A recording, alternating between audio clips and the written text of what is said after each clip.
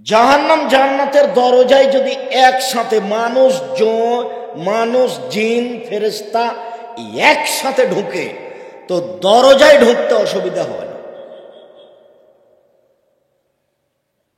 জাহান্নামের পরিচয় আমি কি দিয়ে দিতে পারি? মানুষের বিবরণ দি জাহান্নামের, তাহলেও কিছু বোঝা যাবে। রাসূল সাল্লাল্লাহু আলাইহি ওয়াসাল্লাম বলেন, ইন্না গিলজা জিলদে জাহান্নাম ইসনানে আরবাউনা জেরা, জাহান্নামের গায়ের চামড়া হবে 42 হাত মোটা। অন্যা জিরসাহু মিসলু উহুদিন, ওর দাঁত হবে উহুদ পাহাড়ের সমান। উহুদ পাহাড় হলো 4 কিলোমিটার প্রশস্ত, 8 কিলোমিটার লম্বা। নিচে কত আছে তা মানুষ জানে না। রাসূল বলছেন ওয়াইন্না ফাঁকে জবাই মিসলু বাইজা, জাহান্নামের উরু রান হবে বাইজা পাহাড়ের মতো। বাইজা পাহাড় হচ্ছে 39 কিলোমিটার লম্বা। অন্য মাজলিসু মিন জাহান্নাম বাইনা মক্কা ওয়াল মদিনা, একজন জাহান্নামীর বসার জায়গা হবে 450 কিলোমিটার। বাইনা মানকিবাইল কাফির লিরাকিবিল মুসরি সালাসা আইয়াম, একজন জাহান্নামীর ডান কাঁধ থেকে বাম কাঁধে পৌঁছিতে একটা দ্রুতগামী ঘোড়াকে 3 দিন সময় লাগবে।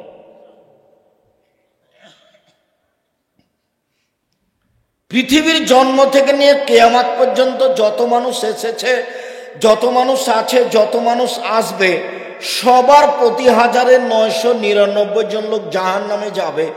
একজনের বসার জায়গা যদি 450 কিলোমিটার হয়, প্রতি 1999 জন লোক যদি জাহান্নামে যায়, তাহলে জাহান্নাম কত বড়?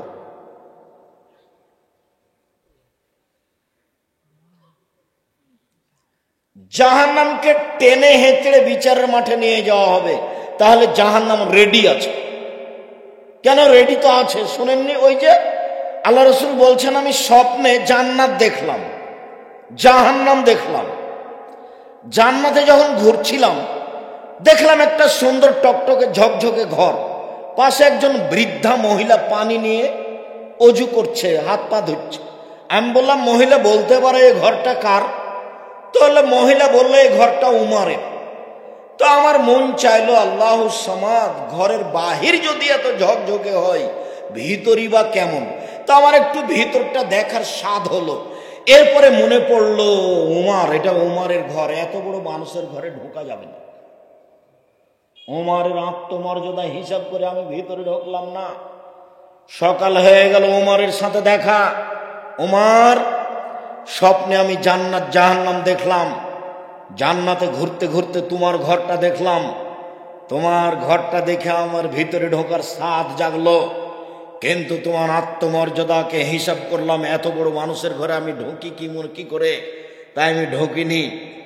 এই কথা বলতে না বলতে উমার বলছেন, আল্লাহর নবী, আপনি আমার আত্মমর্যাদাকে খেয়াল করেন। এই কথা বলে তিনি অঝর নয়নে কাঁদতে লাগলেন। উমর রাদিয়াল্লাহু তাআলা আনহু তিনি বলেন, আমি যখন জাহান্নাম দেখছিলাম, জাহান্নাম দেখতে দেখতে দেখলাম যে ফাত্তালাতুন নারা ফিহা আকসার আহলিহা নিসা, জাহান্নামে বেশিরভাগ দেখলাম মহিলারা, বেশিরভাগ দেখলাম মহিলারা জাহান্নামে। মদিনার মহিলারা জিজ্ঞাসা করেছিল, আল্লাহর নবী, বেশিরভাগ মহিলা জাহান্নামে যাবে কেন? আল্লাহর নবী উত্তরে বলেছিলেন, ওরা স্বামীকে মানে না, এই জন্য। সম্মানিত দিনী বোন যারা এখানে আছেন, যারা চলে গেছে তারা তো ঘুমিয়ে গেছে বা টিভি নিয়ে বসে আছে, আর তাকদীর নিয়ে গেছে। যারা চলে গেছে তাদের স্বামীকে বলছি, ও বাড়িতে যে আপনার বউ কি করছে, আপনার বউ কি করে, আপনার বউ কি এমন করতে পারে, আপনার বউ কয় টাকার মালিক, আপনার বউ কয় পয়সা বিদ্যা রাখে, জানেই বাকি, আপনার কি ধারণা? মনে কষ্ট নিয়েন না, আপনি আমার কাছের দিনী ভাই। যদি মনে করেন যে বিদ্যান আমার বউ, তাহলে আসেন, আমি ঘুঘুরা তুলে দেব। আপনাকে আমি ক্ষিপ্ত হবেন এই জন্য বলিনি, আপনি আমার অনেক কাছের মানুষ।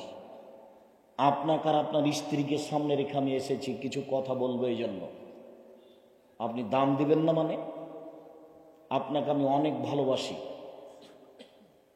আপনি আমাকে যতটুকু ভালোবাসেন তার চেয়ে আমি আপনাকে বেশি ভালোবাসি। আমি কোনোদিন কেসা কাহিনী বলিনি, কেসা কাহিনী বলতে আসিনি। আপনি আসবেন আর চলে যাবেন তা তো আমি পছন্দ করি না, আর আমি সারা রাত বক্তব্য দিই না। আমি আব্দুল্লাহ বিন ফজল রাহিমাহুল্লাহ নই, আমার কাছে অত বিদ্যা নেই, আমি বক্তব্য দিতে দিতে ফজর করতে পারি না।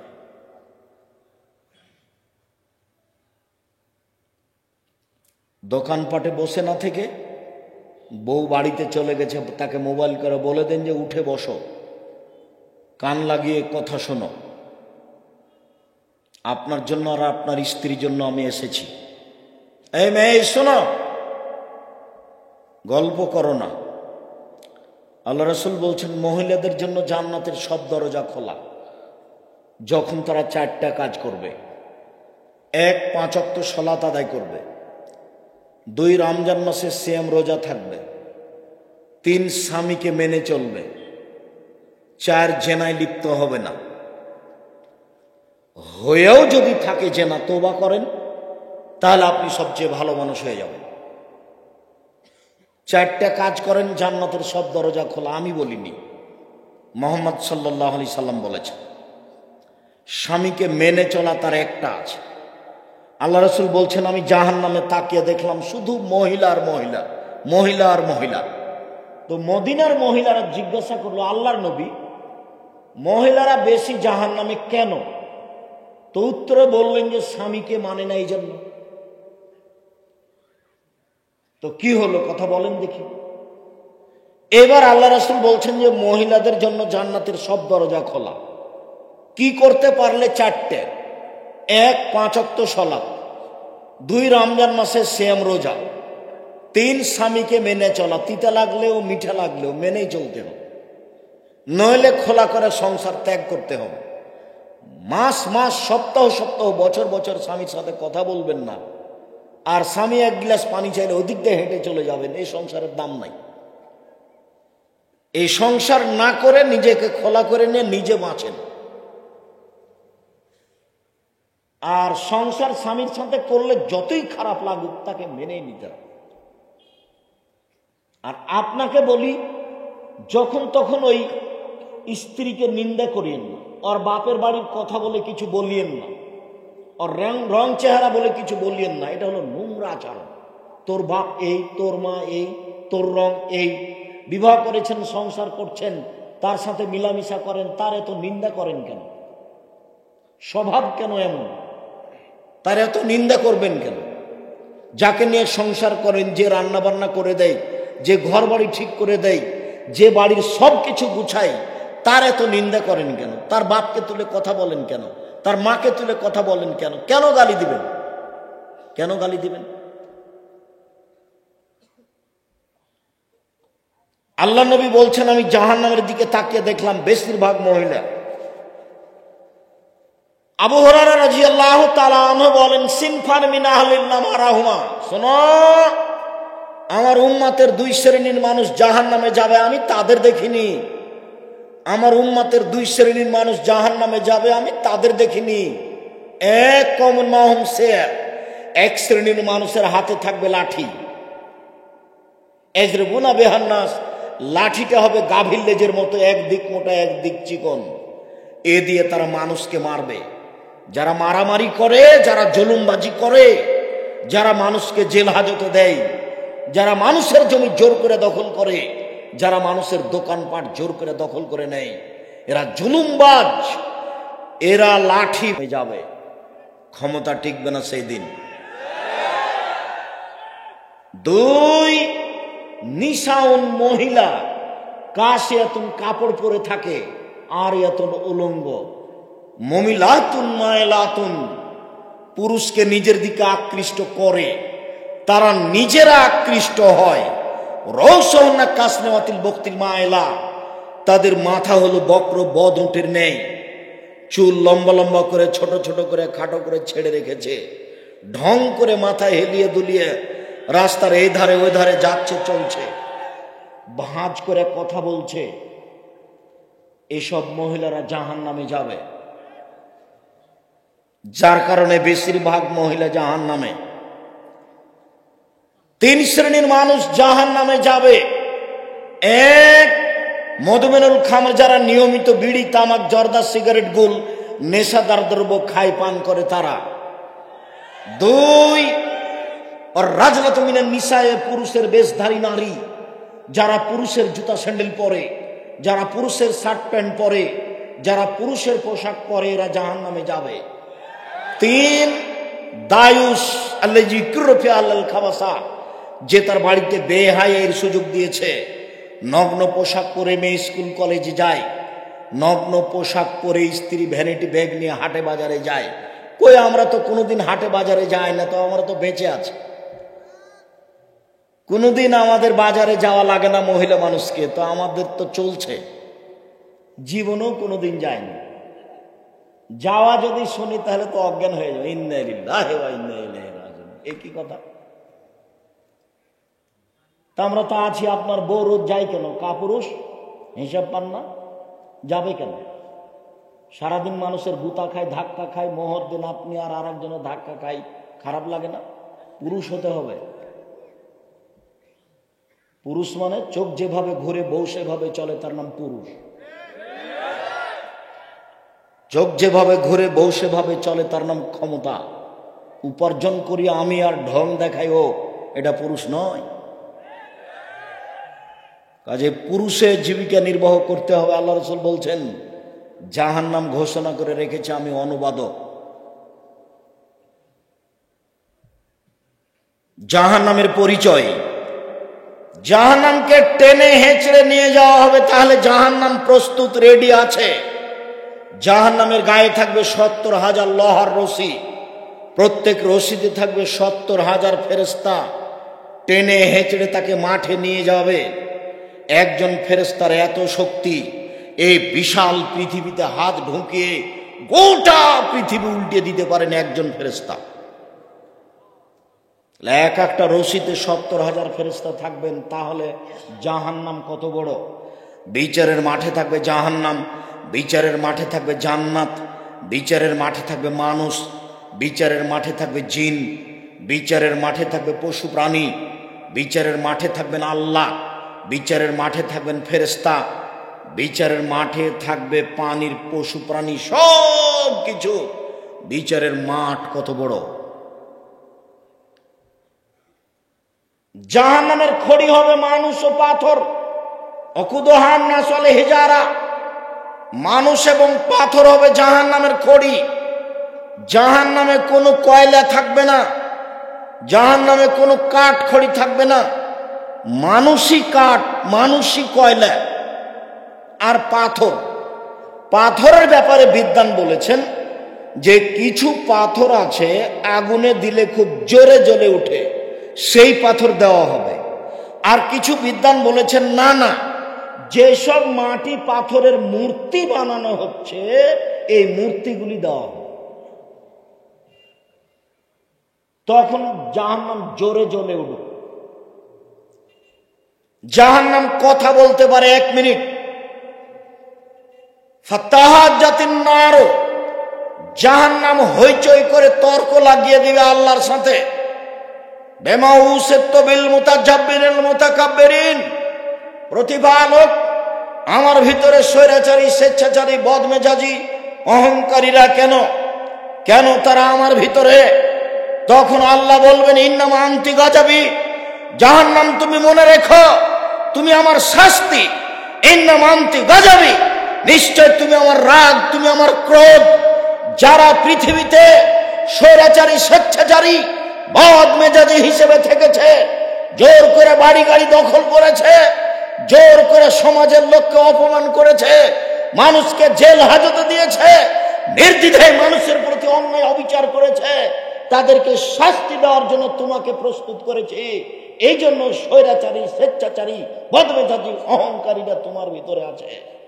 মনে রেখো জাহান্নাম, ইন্নামা আনতি গাজাবি, নিশ্চয় তুমি আমার রাগ। ইন্নামা আনতি আজাবি, নিশ্চয় তুমি আমার শাস্তি। তোমাকে দিয়ে শাস্তি দেব স্বৈরাচারীদের, তোমাকে দিয়ে শাস্তি দিব অহংকারীদের, তোমাকে দিয়ে শাস্তি দিব বদমেজাজিদের, তাই তোমাকে প্রস্তুত করেছি, যার কারণে তোমার ভিতরে এরা জাহান্নাম হইচই করে তর্ক লাগিয়ে দিবে আল্লাহর সাথে, মানে জাহান্নাম কথা বলতে পারে। ফাস্তাকাতিন নারু ইলা রাব্বিহা, যেদিন জাহান্নামকে রেডি করা হলো সেদিন তার প্রতিপালক কাছে জাহান্নাম অভিযোগ করলো। অভিযোগে বলল, এক হলো বাজি বাজান, যা আল্লাহ আমার কিছু অংশকে ধরে খাচ্ছে, আপনি কি আমার একটু কথা শুনবেন?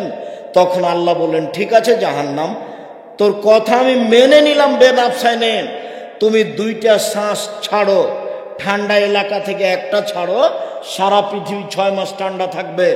গরম এলাকা থেকে একটা ছাড়ো, সারা পৃথিবী 6 মাস গরম থাকবে, তোমার ভিতরে শাস্তি হালকা হবে। জাহান্নাম শোনো, একবার শ্বাস ছাড়ো, পৃথিবী 6 মাস গরম থাকবে। জাহান্নাম শোনো, একবার শ্বাস গ্রহণ করো, পৃথিবী 6 মাস ঠান্ডা থাকবে, তোমার ভিতরে শাস্তি কিছু হালকা হবে, আমি তোমার অভিযোগ মেনে নিলাম। লা ইয়াজালু ইলকা জাহান্নাম, জাহান্নামের ভিতরে মানুষকে দিতে থাকা হবে অতাকুলো হালমিন মাজিদ। জাহান্নাম বলবে, আর কি কিছু আছে, আর কি কিছু আছে, আর কি কিছু আছে। ফাওয়াজা কাদামাহু রব্বুল ইজ্জাতে, তখন আল্লাহ তাআলা তার নিজের পাকে জাহান্নামের ভিতরে ঢুকিয়ে দিবেন। ও ইয়ানজাবি বাজুহা বাজান, জাহান্নামের কিছু অংশের ভিতরে ঢুকে একবারে চেপা লেগে আঁটো সাঁটো হয়ে যাবে, আর মুখে বলবে কাত কাত কাত, যথেষ্ট যথেষ্ট যথেষ্ট। জাহান্নাম কথা বলতে পারে।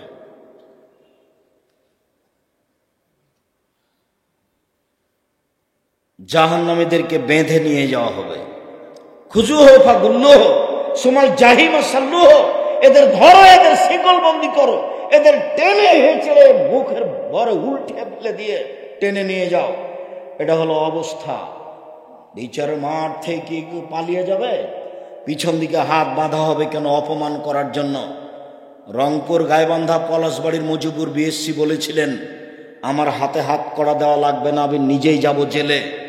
জাতি দেখবে আমার হাতে হাত করা দেওয়া আছে, এটা আমি সহ্য করি না, আমি নিজেই হেঁটে হেঁটে চলে যাব। বড় বড় শক্তিশালী ক্ষমতাধরদের হাত পিছনে বাঁধা থাকবে, ফেরাউনের হাত পিছনে বাঁধা থাকবে, কেউ খুলতে পারবে না। অপমান করার জন্য হাত পিছনে বাঁধা থাকবে। জাহান্নামের উল্লেখযোগ্য শাস্তি হল জাক্কুম, কাঁটাযুক্ত গাছ। জাহান্নামের আগুনের ভিতর থেকে গজিয়ে উঠছে ওপরে, ওতে আবার ফল হয়। ফল হলো শয়তানের মাথার মতো। আমরা তো শয়তানকে দেখিনি, তার মাথা যে কেমন। আল্লাহ এইটা বলে আমাদের কি বুঝালেন যে জাক্কুম গাছের ফল হলো শয়তানের মাথার মতো? তো সব বিদ্বান বলেছেন শয়তানের মাথা মানে খারাপ, শয়তানের মাথা মানে খারাপ, শয়তানের মাথা মানে খারাপ।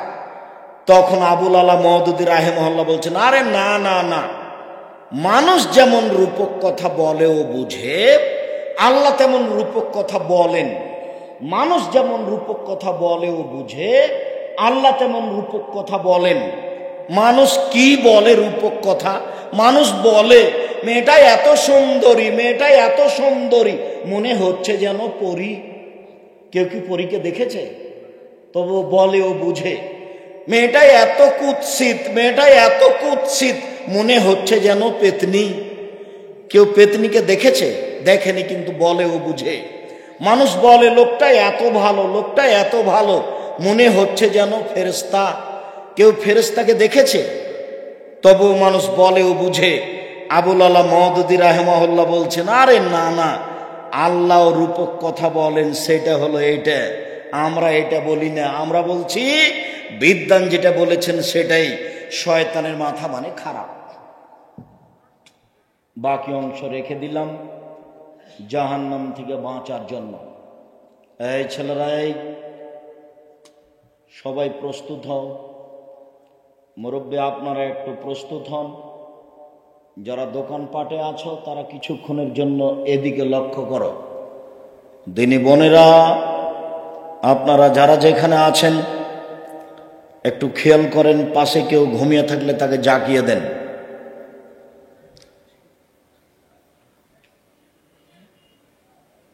কবর যত কঠিন, কিয়ামত তার চেয়ে অনেক বেশি কঠিন।